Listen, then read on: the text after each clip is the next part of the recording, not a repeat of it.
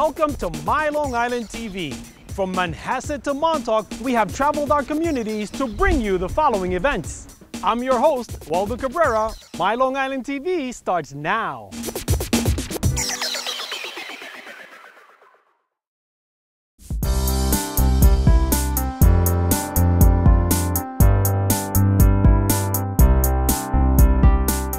I'm a former zookeeper at the Bronx Zoo, and I'm also a certified pet tech, pet first aid, and CPR instructor. And that's what we're doing here today. We are teaching students about pet first aid and CPR, and basically how to handle any emergency situation that can happen with your pet, whether it be choking, or bleeding, or poisoning, or even CPR and breathing. This class is for pet owners and pet professionals. So I decided to become an instructor because I believe that every person who lays their hands on a pet in the course of the day should be trained in these life-saving techniques. So let's all do the compressions together, okay? Everyone get back in that position, ready? And say with me, 1 and 2 and 3 and 4 and 5 and 6 and 7 and 8 and 9 and 10 and 11 and 12 and 13 and 14 and 15.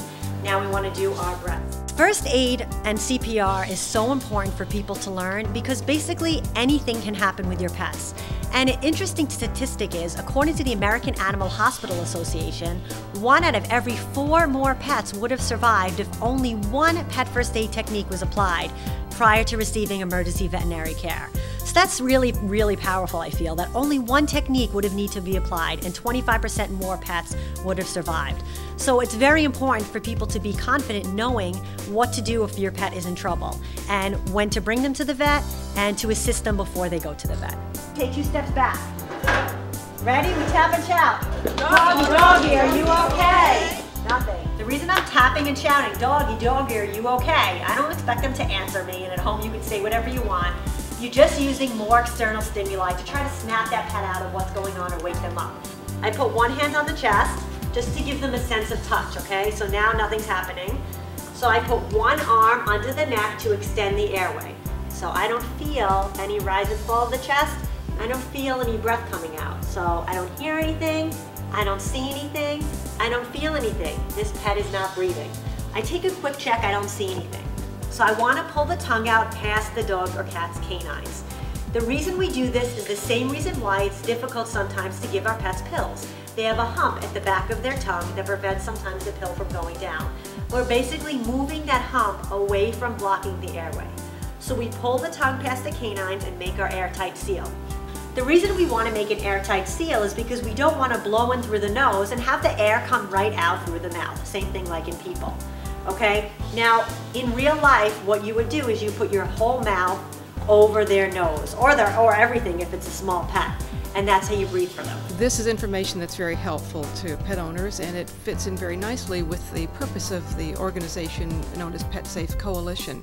Pet Safe Coalition is a coalition of public animal shelters, private humane organizations, veterinarians, and volunteers who are interested in raising awareness about the importance for pet owners of having a plan if they need to leave their home in an emergency. We want them to know what to do, where to go, what to have with them to keep not only their pets but also themselves safe.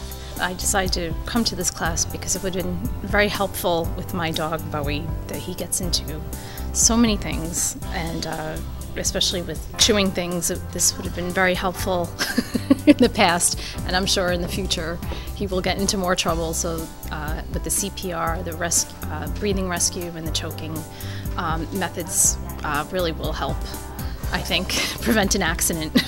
So we do breath, look and say rise and fall, breath, rise and fall, and then we cross over to check for pulse, which I'll tell you how to do.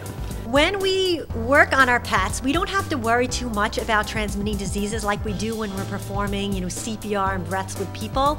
Dogs and cats, they are mammals, so there are still certain diseases we can transmit between us, but things like the common cold or the human flu or the dog flu isn't something that we have to be worried about when we're doing our compressions and things like that. Things we want to be worried about are more like parasites or rabies, so we always want to be careful and cautious, especially when we're working with an unknown pet.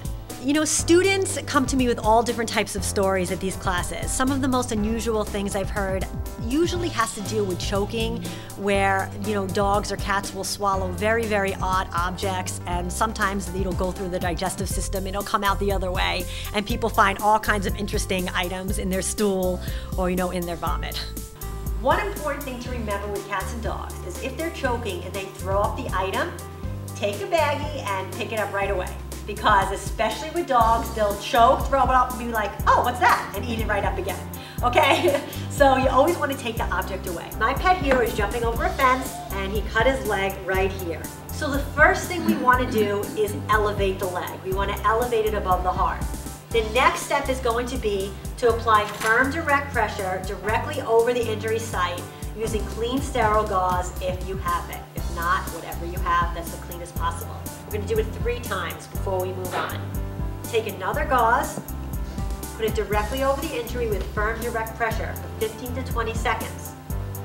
You really want to press hard, and then you want to let go. Now, let me just talk to you about the legal component of this class.